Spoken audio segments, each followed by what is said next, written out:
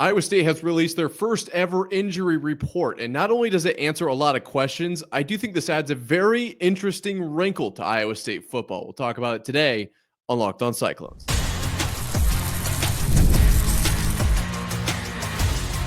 You are Locked On Cyclones, your daily podcast on the Iowa State Cyclones, part of the Locked On Podcast Network, your team every day. Welcome into Locked On Cyclones, part of the Locked On Podcast Network, your team every day. Shout out to you for being here every single day and making this your first watch or listen of the day. I appreciate it more than you know, whether you're watching on YouTube or listening on your favorite podcasting platform. Be sure to hit subscribe so we can prove once and for all that it is, in fact, a Cyclone state. Somewhere around 70, I think, subscribers. It's before we hit 1,000, before the season opener. I think we can do it, guys. We are so close, and then we are off and running for football season. Speaking of football season, we got Iowa State's first ever injury report ahead of Farmageddon. Can't wait to dive into what that means. I think it actually answers a few questions, so we'll talk about that first, and then kind of the surrounding narrative around the injury report and Iowa State. Then we're going to do my personal, alone predictions. We can talk about Kansas State. We can talk about the season. We'll see where the conversation takes us, because tomorrow it'll be a joint conversation. So I'm going to take this time today as our last day, essentially, just you and me, without Iowa State football, right? Or even between games or anything like that. Can't wait to do that. And then finally, we got a fun one. We're breaking down AI's predictions of Iowa State football. Kind of the same sentiment. Last show, you and I, before we're in the middle of Iowa State's football season, I thought it's a great opportunity for us to kind of make fun of AI, because I think it got pretty close, but didn't quite nail it. So can't wait to dive into all of that. But that's kind of for the end of the episode, a little bit of a fun twist at the end there. Let's talk about this injury report from Iowa State and Kansas State here. Obviously, tomorrow for Farmageddon Friday, Christian Rao of Locked On Kansas State is going to really break down the Kansas State side of things. And there are certainly some interesting names on there. But for Iowa State, we've got a relatively large handful of players that are marked as out, and then 3 players marked as questionable. Wide receiver Daniel Jackson, linebacker Bo Goodwin, and defensive lineman Elijah Carnell, all listed as questionable at this point. This was released Wednesday night, relatively late. I was actually pretty surprised at how late this was released.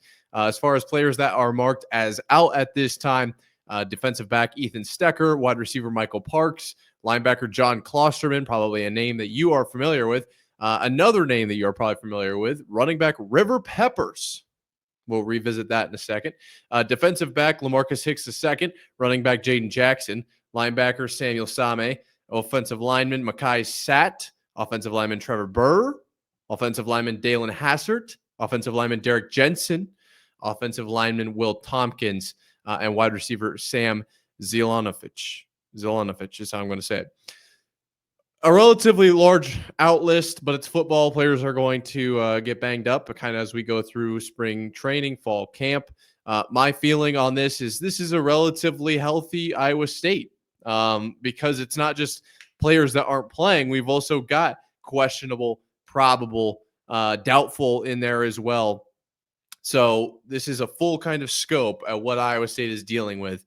And right now it seems like it's like you're either kind of not playing or you're playing. And then there's like 3 guys that's like, we'll see. Probably going to play, And so first things first, I think that this is I'm very interested to see how this plays out. I was asked today on KXNO, or yesterday, I suppose, on KXNO, what I thought of this injury report situation. And we'll visit these players individually here in a second. Don't worry.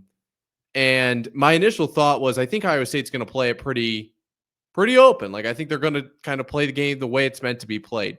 I don't know if that was necessarily correct. I don't think the question had a right or wrong answer. I think I went the route of saying that Iowa State, very like it's player, you're not a number, like the culture, you do things the right way. That was kind of how I approached the question. Completely had my blinders on to the fact that Iowa State doesn't really give out a lot of injury information. Like, for some reason, did not cross my mind in that moment. I was more so going down the other path. I wonder if this is what we'll get. And obviously, this is the first ever report for Iowa State. Now, we'll get one tomorrow. So today, I guess, and tomorrow ahead of Saturday's game. and maybe things will move around more then. But I thought this could either go one of two ways after thinking about it today. I thought either everyone will be questionable, or essentially it's only you're out or you're playing. Like there is no in between. Because what does going in between do? What does that mean? Well, what it really does is kind of show where players are hurting for the other team, right? For Kansas State, you've got wide receiver Daniel Jackson, linebacker Bo Goodwin, and defensive lineman Elijah Carnell that are questionable. Why are they questionable? I'm sure it wasn't because, well, they might have a conflict. They might have a family reunion that day. So we're not sure if they're going to make it, but put them down as questionable. No, that's how my friends and I converse. That is not how football players are figuring out whether or not they're playing. They're questionable because something's bugging them. Are they going to be able to play through it? What will the pain level be on Saturday? That's why they're questionable. And so what can Kansas State do with that information? Well, if a player's out, they know that position group is down, that player, whether they're a starter, a backup, a third string, whatever they are on the depth chart, they are not going to be in the rotation. So you can look at it from a depth perspective, or you can look at it from the angle of they're missing their starter. These questionable, doubtful, probables gives Kansas State an idea of, okay, well, for Iowa State, if linebacker also Newsome is not playing, or is doubtful, for Kansas State, that means if he is playing, if he's ever out on the field come Saturday, probably not at 100%. You're probably not putting a guy who's at 100% on Saturday as listed as doubtful just on Wednesday night before that same game. So I think that there is an angle here where it's like how do you play your cards here? Because I personally, I didn't even think, maybe that's just how my brain works. I didn't even think about gaming the system in that way, to be completely honest. But it does give a lot of information. Like, you really do get a feel for which position groups, if the entire linebacker group is listed as doubtful, well, they've got to have guys at linebacker in the game, more than likely. So whoever they have out there is either really banged up or probably not a linebacker. So you can attack that position accordingly. I think Iowa State, the way this reads right now is it's like you're in or you're out, and then maybe some guys will get listed differently towards the end of the week. I'm not exactly sure what this is going to look like over the next few days. But as of right now, John Klosterman and River Peppers listed as out. Two guys that I specifically wanted to mention. Also, offensive lineman Trevor Buhr in here. Three big names. River Peppers, a guy that I absolutely thought was going to be on the depth chart. I don't know if this affects him on the depth chart being out for this game, but it means we won't see any special passing packages like I had mentioned. John Klosterman, a big name. I thought he was going to be really good last year. Obviously, the Houston game, things didn't exactly go his way. We might just have to wait a little bit longer to see when he comes back. And then the offensive lineman, Trevor Buhr, listed as a starter at left guard. So we're going to see how the offensive line shakes out. I will say, luckily, early on in the season, line not exactly accustomed to one specific set, right? Not exactly built in on it's Neal, Buhr, Barrett, Black, and Miller as your starting five. And they all know each other so ridiculously well. They've played 8 games together. One goes down. I mean, you never want a guy going down, but at least right now they've been doing a lot of mixing and matching from the sounds of it. And so they're going to be able to adjust, I think, relatively quickly as in comparison to late in the season when maybe the offensive line has played 99% of the snaps together or whatever it is. They're very used to each other, and they may have forgotten in this hypothetical scenario what somebody else would play like in that position. I think it's relatively fresh right now. That's not a huge concern for me, but it is certainly something to at least look at as a starter on this depth chart listed as out. I think Alijah Carnell, also another guy that, obviously redshirt freshman backing up Zamir Hawk, but a guy that could make a lot of noise. Questionable right now. We'll see if he gets in or not, if he plays. But a guy to look out for, obviously, on that questionable list. I think that the injury report is a very interesting wrinkle. Like, how does Iowa State play this? Because, like I said, it gives a lot of information. And it's not exactly something Iowa State's used to doing. So I kind of have to walk my statement back from the radio yesterday. I actually wonder if Iowa State does kind of toy with what they can get away with, if they can really work around, well, technically he wasn't listed as out. So finding a way in that wrinkle, I think they can do it. Will they? I'm not entirely sure. I think for the Big 12, we'll see how this has to play out across the entire league first before we get a real good feeling of where Iowa State is going to land. Speaking of where Iowa State's going to land, they're going to be landing in Dublin, and they're going to be facing Kansas State. I'm going to be giving my thoughts on that game coming up here right after this. Guys, you've probably heard of Viagra or Cialis. Maybe you've even tried them. But if you're looking for something beyond the usual pill, it's time to meet Rougiette Ready. Rougiette Ready is a next-gen prescription treatment designed to amplify arousal in the brain and boost blood flow.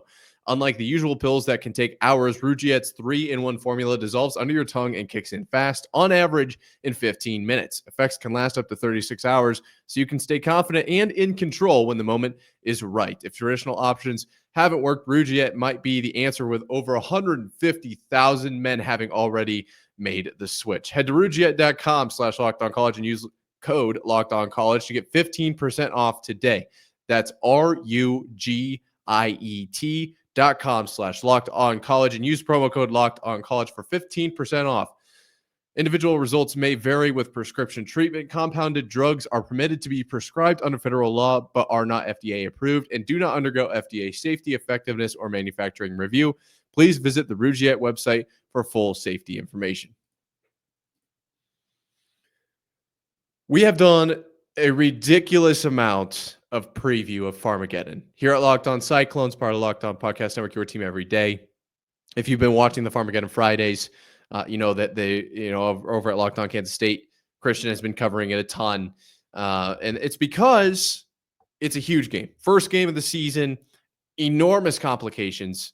And so I just wanted to take a second to really take in everything we've talked about this entire offseason. Just an abundance of knowledge. My head is not nearly large enough a bucket for all of that water information. The information of water? How would you say that?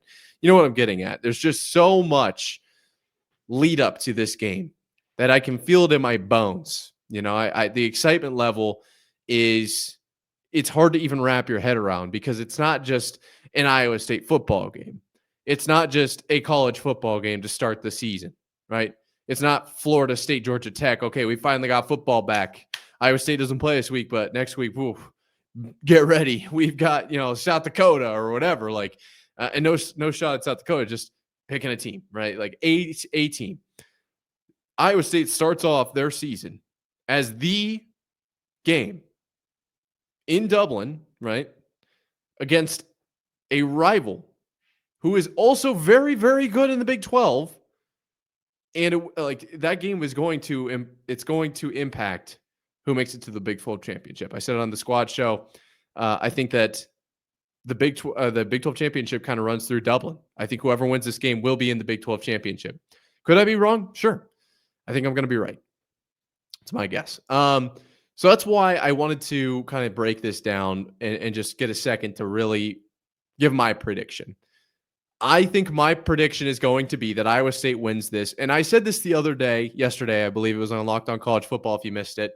And it was one of those where they were shocked. So I was like, do I feel that way?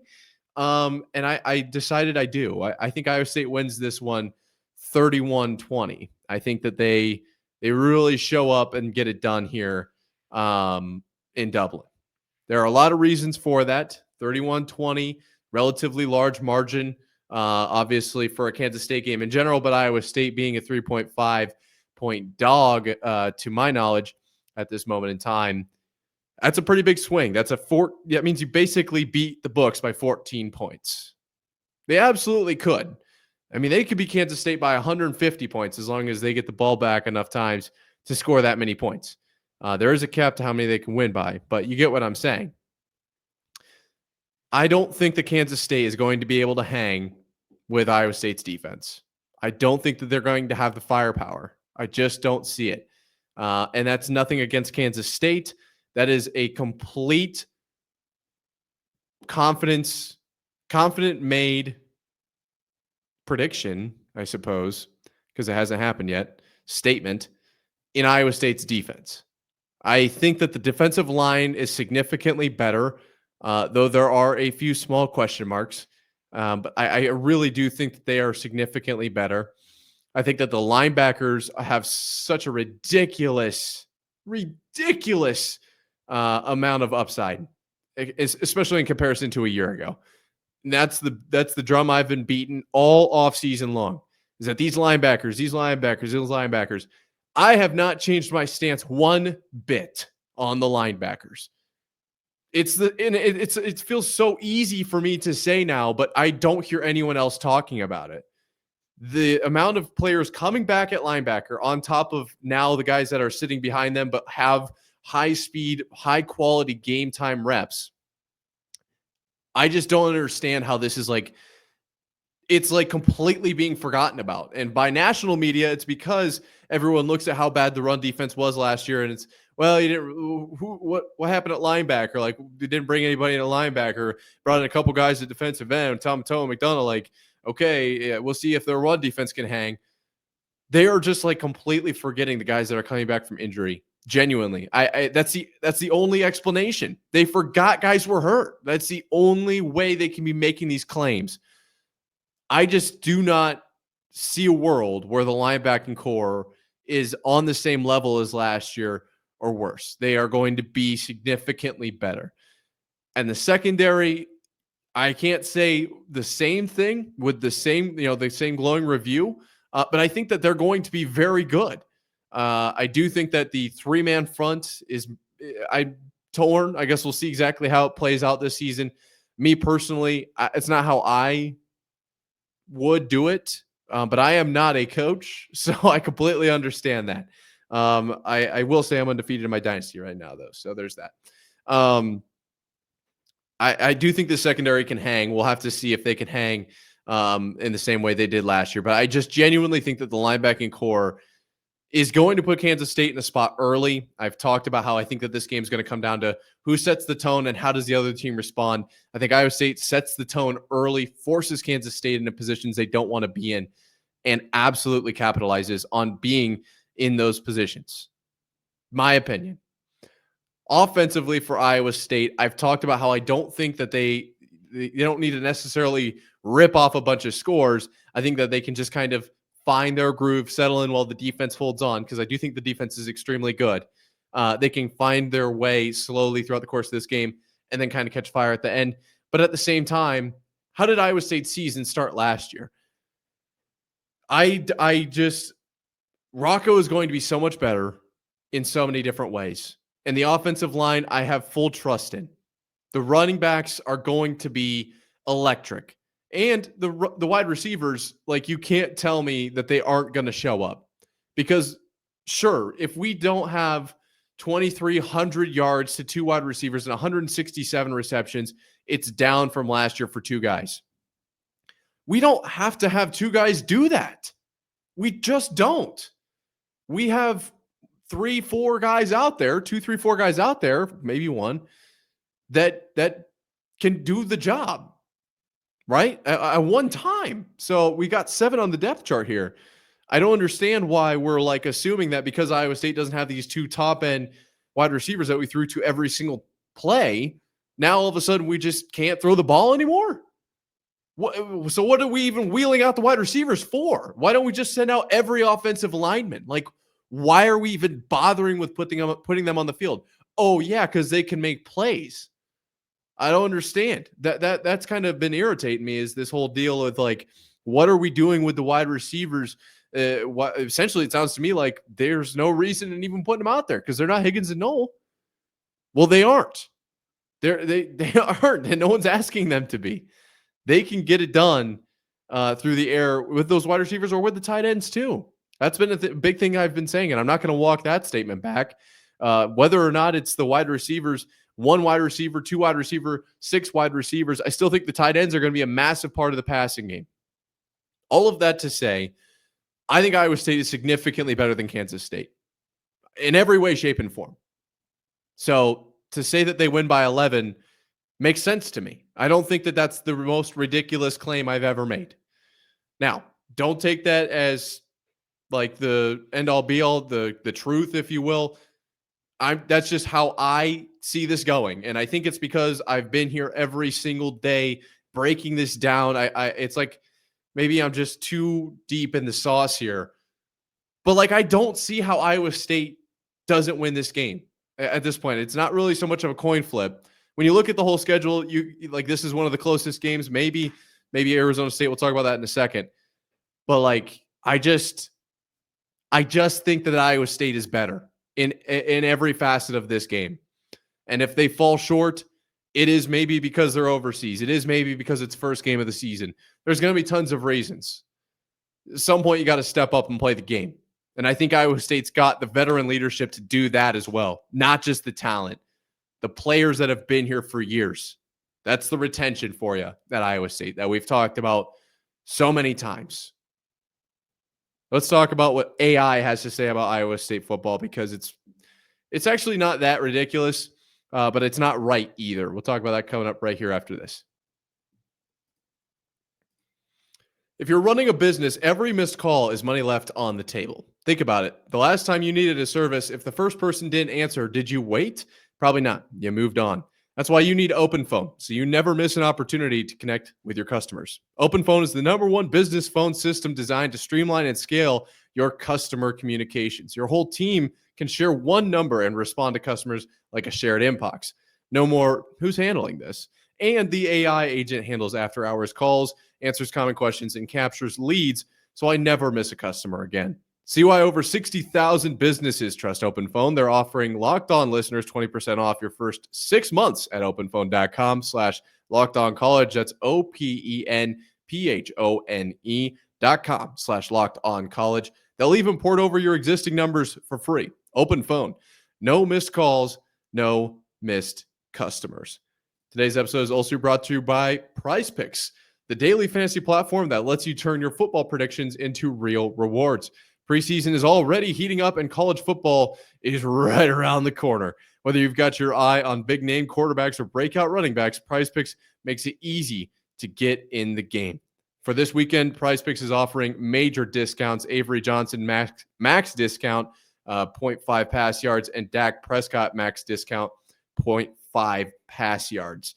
It's simple to play. You just pick more or less on 2 to 6 player stat projections. If you get your picks right, you could cash in and win up to 2,000 times your money. Download the Prize Picks app today and use code LOCKEDONCollege to get $50 in lineups after you play your first $5 lineup. That's Locked On College to get $50 in lineups after your first $5 play. Prize Picks, run your game. All right, let's have a little bit of fun. I got a little heated there at the end of the second segment.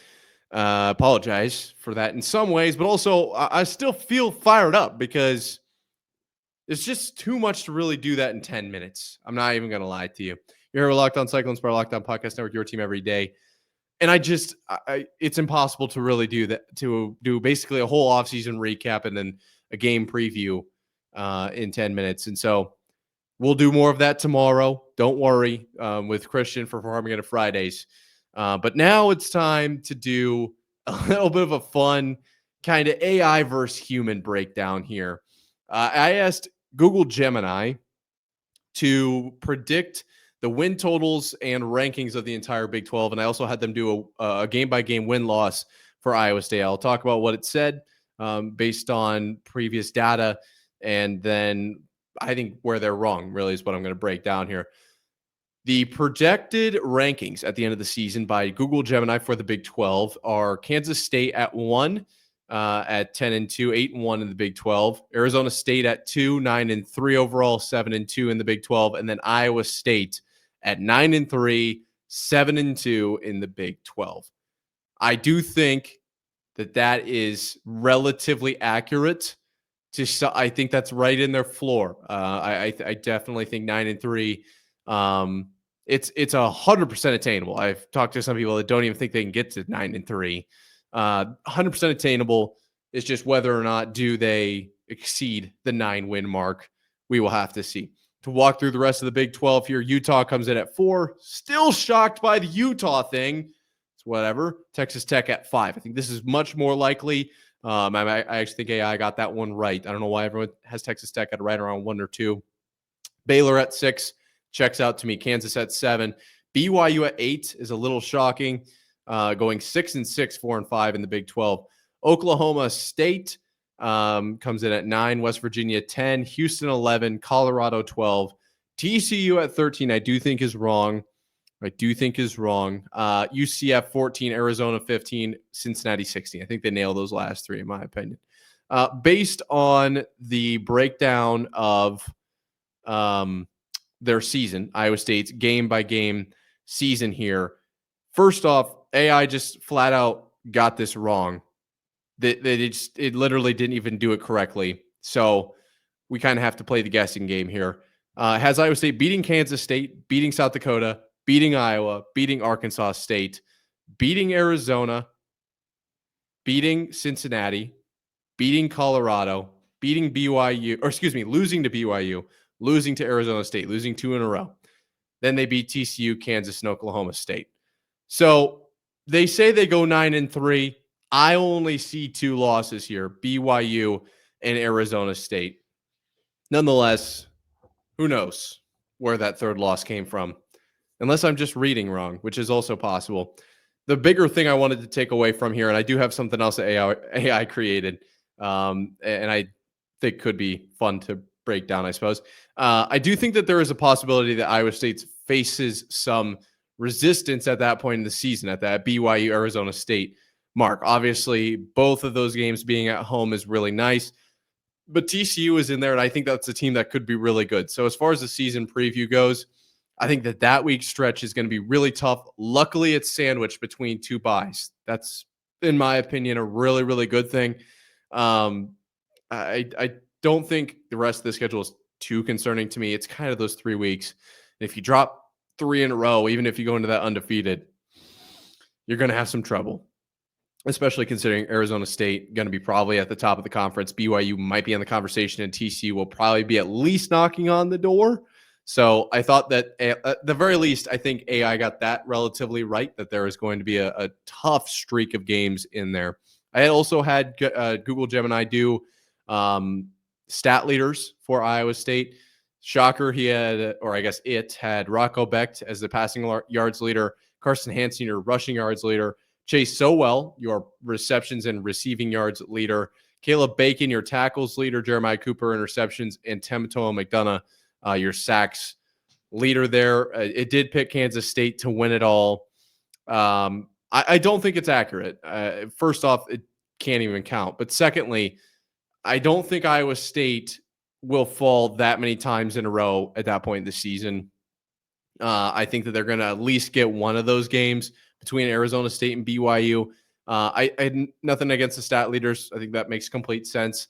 I would be a little surprised if we've got a domination wide receiver, even if it isn't Chase Sowell, if it's anybody. I think that we're going to see a really large distribution of the football through the air, is how I want to say that. I think that there's a possibility receptions and receiving yards could be split between different wide receivers. It doesn't mean it has to go that way. I just think that that's something that could happen based on the way that this team is built, in my opinion. At the end of the day, I don't think Gemini was that far off. Would I be upset with a 3rd place finish at 9-3 or 7-2, or would it be, I guess 10-2 is what they predicted them to be, and then they probably would still fall to Arizona State is my guess, because Arizona State would also be 7-2 in the conference, but they would have the head-to-head. So would I be upset with that? No. I think that would be a good spot. You go back-to-back at double-digit wins, 10 or more. You come just shy of the Big 12 championship game. You probably don't make the playoffs, but you got a really good bowl game. I think that's a great spot for Iowa State. Obviously, aiming for higher. I think they absolutely can revisit that Big 12 championship game this year. I know that not everybody does. I just don't understand why. But at 10-3, because it's or 10-2, excuse me, because that's what it said game by game. I wouldn't be upset with that season. I would not be upset with that season in any way, shape, or form. I also wouldn't be upset if we hit 1,000 by the start of Farmageddon, and you can help with that completely free down below by hitting subscribe. Thank you all for making it to this point in the episode. Can't wait for Farmageddon Friday tomorrow with Christian Rao, where we break down this game one last time, because we are literally here. The season is starting pretty much effectively immediately. So get your head on right, because Iowa State football is back, baby. I'm excited. Thank you all for making it to this point. If you haven't hit subscribe, do it. Until next time, Cyclone fans, sayonara.